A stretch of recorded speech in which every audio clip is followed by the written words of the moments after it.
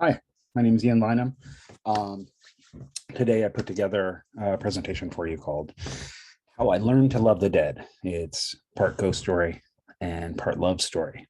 Perhaps we could start off with the ghost story, but before that, our dedication, this presentation is for Paul Gale, one of the sweetest people I have ever met. Okay, so let's dive into the ghost story. Language is full of ghosts, especially visual language, but it's also full of future ghosts, essentially sites of potential.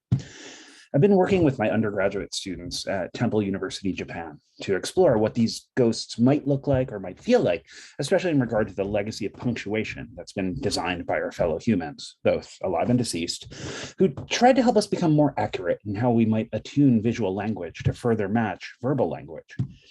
An example would be the interrobang, a non-standard punctuation mark indicating a question expressed in an exclamatory manner, as in, "What are you doing?" So American Martin K. Spector conceptualized the interrobang in 1962. As the head of an ad agency, Spector believed that advertisements would look better if copywriters conveyed surprised rhetorical questions using a single mark. So yeah, it's pretty great. Then there's the irony mark, as designed by Alcantara de Bron in a French encyclopedia in 1905. And it was in use, but then it kind of died out around the 17th century. Then in 2007, the irony mark was given new, refined form by the type foundry Underwear for the collective promotion for the Dutch book, an organization. So really, really nice. Then there are others, such as the acclamation point, the quote, stylistic representation of those two little flags that float above a tour bus when a president comes to town. So an acclamation mark is a demonstration of goodwill or welcome. So if we were going to be as accurate as possible with language, this might be the preferable typographic treatment to get this message across. If you need to say something with unwavering conviction, you end your declaration with the certitude point, designed by Hervé Bazin. It's an exclamation point with a slash through it. You'd use it in lieu of writing a statement in all caps, though I'm unsure that would get the job done as well as all caps. Another Bazin creation is the doubt point. It kind of looks like a cross between the letter Z and a question mark. So it's the opposite of the certitude point, and it's used to end a sentence with a note of skepticism. The 1850s also brought us the asterism, a triangular trio of asterisks. It was named for a constellation of stars, but basically it's used if you were making a note that was of considerable length outside of a primary text, but there was no reference. So kind of for breaking the fourth wall as well. Then in 1992, two new punctuation marks came into being, the question comma and the exclamation comma. So just basically inquisitiveness or exclamation might be expressed within a written sentence structure. So again, it helps to attune visual language to be more like spoken language. All right, so that was the ghost story. So there's a lot of space for us to potentially bring new typographic forms to bear that might help us convey emotions and language more accurately using the written word. And thus, a love story. Which brings me to this, or more namely, this. These are oversized, diagonally oriented exclamation points, which one sees all over the street signs of Tokyo and Greater Japan, usually indicating that one should take care as to oncoming traffic if you're on foot. I first noticed them when I moved to Japan 16 years ago, and I always wondered where these things come from. And it turns out that they have a long history. And in order to figure this out, we're going to have to get into our time machine and head back to the year 2000. But we'll also be moving across space as much as time to beautiful, wet, miserable, lovely, melancholic Portland, Oregon. It is here that you would find a young Ian Lynam studying graphic design, amongst other things. Though it was the graphic design classes at Portland State University which he enjoyed the most, notably the lone class where his awesome teacher let he and his classmates explore semiotics. The thing is, despite being aware of the multiplicity of meanings that could be uncovered when assessing design via the studies of signs, symbols, language, and representation, his teacher told him that certain things in graphic design were, quote, bad and should never be used, like Cooper Black. So, but of course, Ian, being the kind of person Ian is, as might be best illustrated through his current use of referring to himself in the third person, he went and used Cooper Black for his semiotics design homework anyway. I'd like to also note that there is a monkey riding a unicorn in this masterful spot illustration, and that the clouds have eyes. It was due to his smug and largely ironic work that young Ian would be accepted into graduate school in Southern California with its poorly letter-spaced optima, signage, and bucolic setting, which incidentally is also the setting for the title sequence for the television series Weeds. It was there that I doubled down on Cooper Black and began studying it and the person who made it in earnest, notably Oswald Bruce Cooper, a high school dropout from Ohio and then Kansas who settled in Chicago and who lived from 1879 to 1940. An important book that I bought while I was there and studied in earnest was the Book of Oz Cooper. It's a monograph devoted to Cooper's work, published 9 years after his death, authored and edited by Raymond Dabole. This book is bonkers. If you ever have a chance, I totally recommend checking it out. So I'm looking at Cooper's work, and my type design and design theory teacher, Jeffrey Keaty, says to me, I think there's an archive of Cooper's work in Chicago at some library, but nobody I know has ever gone to check it out. And I was like, cool. And then I graduated, and then I moved to Japan. And then I started to write for Idea magazine, Japan's oldest graphic design magazine. And I remembered the Keaty had said, I think that there was an archive of Cooper's work in Chicago at some library, but nobody I know of has ever gone there to check it out. And then I asked Madoga-san, this is Madoga Kiyanori, the editor-in-chief of Idea magazine at the time, if Idea might pay enough for a feature about Oz Cooper that might help cover plane fare. And he said yes. So I went to Chicago to a magical library called the Newberry Library. And I met a wonderfully kind and thoughtful and smart and sweet curator and conservator there named Paul Gale, who has since retired, but who let me pour over the Oswald Bruce Cooper archive, 6 boxes of Cooper's personal letters and heaps of his design work. And I found stuff. I mean, really, a lot of stuff that people hadn't really paid attention to since the 1920s or 1930s.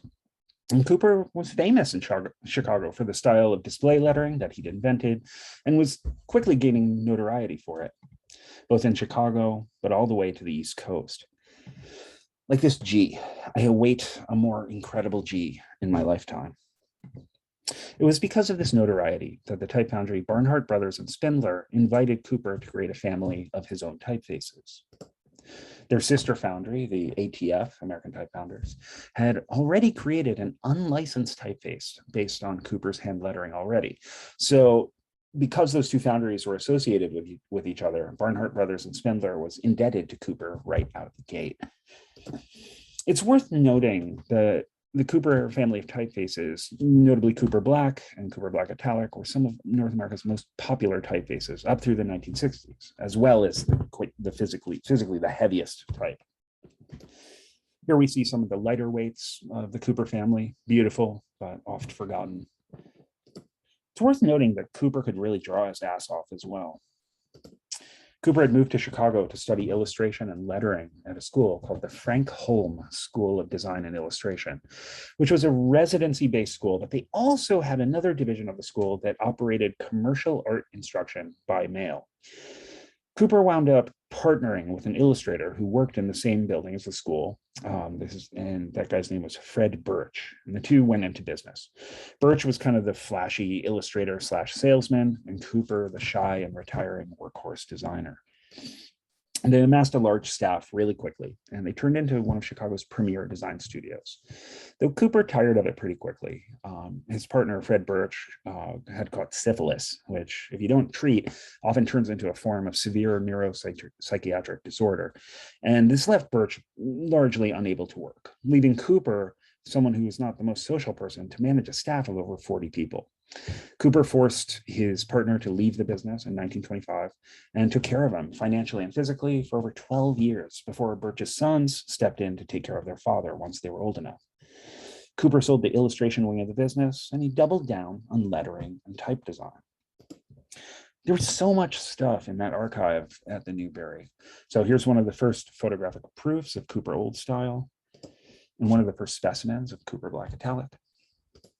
a pre-release specimen of of Cooper Old Style Italic.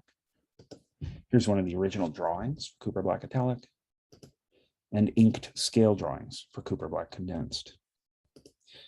Here are variations on characters for Cooper Black Italic that never went into production, and photographic prints of alternate swash caps. I also found specimens for Cooper typefaces such as Pompeian cursive, which had only ever been made into metal, and the original drawings as well, done in reverse. Fascinating. And these decorative Cooper initial capitals, which were also only ever cast in metal. Plus other typefaces that he worked on that have still never been offered in digital format, such as Dietz text.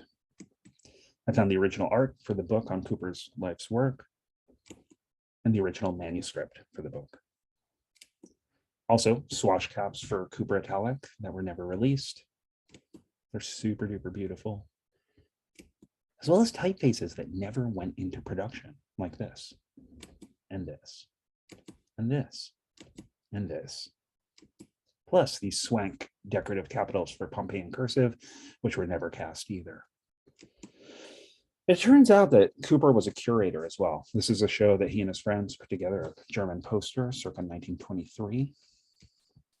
I also found the transcripts of Cooper's attempt to patent his typeface designs in US court, a case which he lost, meaning that American type designers can't copyright their type designs, or they couldn't until type became digital and could be protected as code, not as visual designs, which is lame. Then I found what I was looking for all along, but I didn't know. These big diagonal exclamation points. And it turns out that they have a name. Screamers. Screamers were oversized exclamation points used to literally make headline text scream. Screamer had been printer slang for exclamation points for decades prior, but Cooper and Bernhardt Brothers and Spindlers made an assortment of different size screamers to match both Cooper's assorted typefaces as well as a variety of styles that might match other display type families of that time. Cooper was bummed with the results. Basically, Bernhardt Brothers rushed the screamers into production using his first drawings instead of letting him iterate as he was used to doing. For his earlier typefaces, he would draw and draw and draw and draw until he perfected the forms. But they just really rushed this one. He was not stoked.